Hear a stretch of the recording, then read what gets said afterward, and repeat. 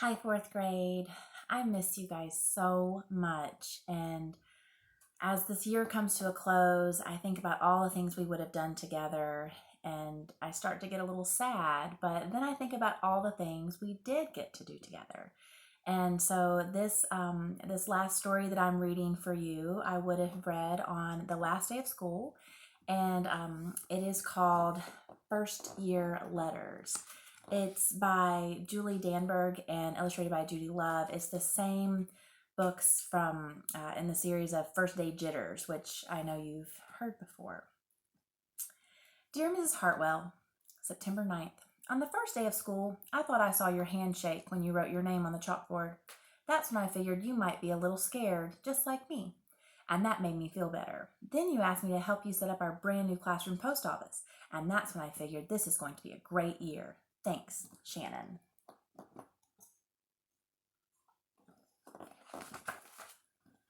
September 14th. Dear Mrs. Hartwell, our classroom is awesome, and I can't wait to send letters, and I hope I get lots and lots of letters back in the mail. And do you know the address of the White House? Sincerely, Josh.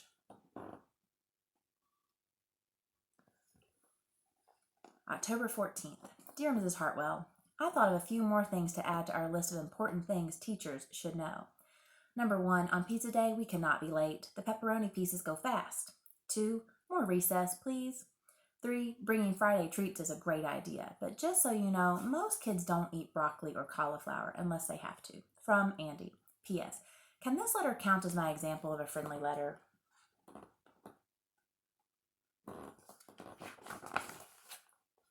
November 8th. Dear Mrs. Hartwell, when Mrs. Burton came into our class today, your face turned really red. I peeked to see what she was writing. I couldn't read a word. Did you know Mrs. Burton has very messy handwriting? Sincerely, Carl. This is the principal. Maybe you've noticed I get a little anxious when Ms. Raquel comes in. November 19th. Dear Mrs. Hartwell, thank you for the delicious chocolate chip cookies. I'm sure Eddie didn't barf because of your baking. Actually, I think he got sick because he is a big cookie hog. After you left to clean your shoes, Gordon, the janitor, said you'd probably never come back. I'm really glad you did. Very sincerely, Maria.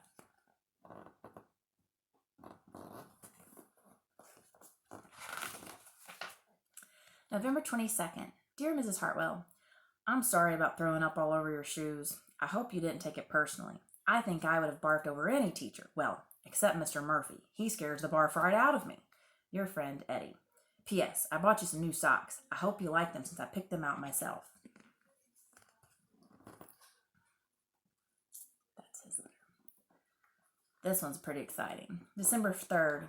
Dear Mrs. Hartwell, Mrs. Burton is making me write this letter during detention. I'm supposed to tell you sorry for ruining our reading party. I'm not quite sure how Daisy got loose. While you were chasing her down the hall, Mrs. Burton came in and told us to get started on our math. The day went downhill after that. Sincerely, Andy.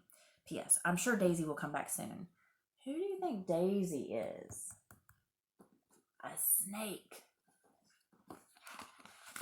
I don't think Miss Brickhill would let us have a pet snake. Do you? December 6th. Dear Sarah, I found Daisy. Gordon. There she is. December 10th. Dear Mrs. Hartwell, thanks to you, science is my all-time favorite subject. I thought Firefighter Phil was nice, didn't you?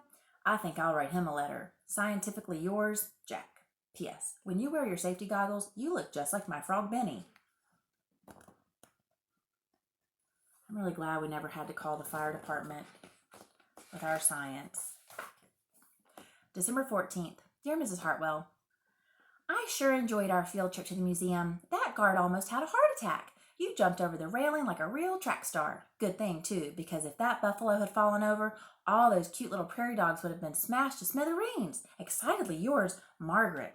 Oh, goodness. I'm glad we didn't have a field trip that, interesting. December 14th. Sarah Jane. It's true. Field trips are a bit tricky at first. Don't give up. Here are a few books that might help. Fondly, Mrs. Burton. Here's Mrs. Hartwell after the field trip and catching the bison. Their field guide to field trip survival guide, Naughty or Nice, all different kinds of books. In this classroom, everyone is a student, everyone is a teacher. They have that sign. It's January 5th. Dear Mrs. Hartwell, I liked our discussion about good students and good teachers during circle time yesterday. I also liked the sign we made for our door. Sincerely, Alexandra. P.S. I made a sign just like that and put it up in my kitchen at home. My mom told me to do a little less teaching and a little more learning. You need to explain things to her. February 3rd. Dear Mrs. Hartwell, yesterday was the best. You looked good except your legs were too skinny and you need more stuffing around the middle. I saw the other kids watching us when we went outside to look for your shadow. I bet they were jealous. Sincerely, Zach. Since she looks like a big groundhog, I'm betting this is Groundhog Day. February 3rd. It is. Kind of makes me think of our snow day, our party that we made up in our classroom. February 28th. Dear Mrs. Hartwell, guess what? I got a letter from the president and he asked me to vote for him, but I'm wondering if he knows I'm only in elementary school. Do you think Superman has an address? Because I looked and he's not in the phone book. And this is from Josh. Look how much neater his writing has gotten. March 25th. Dear Mrs. Hartwell, I really don't think I needed to hold your hand the whole time we were at the aquarium yesterday. On the bus ride back to school, Sam said that you were my girlfriend. Sincerely, Eddie. I wonder if he had anything to do with the bison tipping over. And that's why she held his hand. April 11th. Dear Mrs. Hartwell, who knew what a few little birthday candles would set off the sprinklers? Heck, I never even saw those sprinklers before today. Tell Mr. Hartwell that the cake still tasted okay, even if it was a little wet. Did you like our happy birthday song? With best birthday wishes, Daniel. So I guess Mrs. Hartwell's husband made her a cake, and the candles set the sprinklers off, and the fire company had to come, the fire department. April 18th. Dear Mrs. Hartwell, I have enjoyed getting to know you and your class this year, but I must ask that from now on you refrain from using anything that burns, smokes, or even gets hot. By the way, tell everyone that I hung up all of their thank you letters at the firehouse. Sincerely, Phil. It's firefighter Phil. He says no more burning stuff up, Mrs. Hartwell. May 6th. Dear Mrs. Hartwell, thanks for the letter. I'm proud of me too. I know my writing has gotten much better. Maybe it's all the practice I'm getting. By the way, do you know the address of any astronauts? Sincerely, Josh. Now look how good his handwriting is.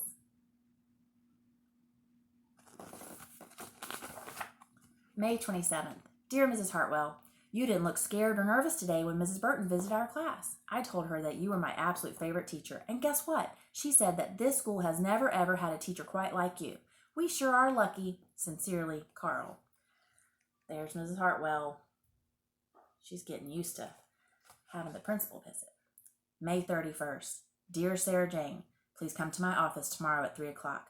Mrs. Burton. That looks a little bit like a nervous note. Her face looks a little nervous. Congratulations! And the cake says, congratulations on a great year, Sarah Jane Hartwell.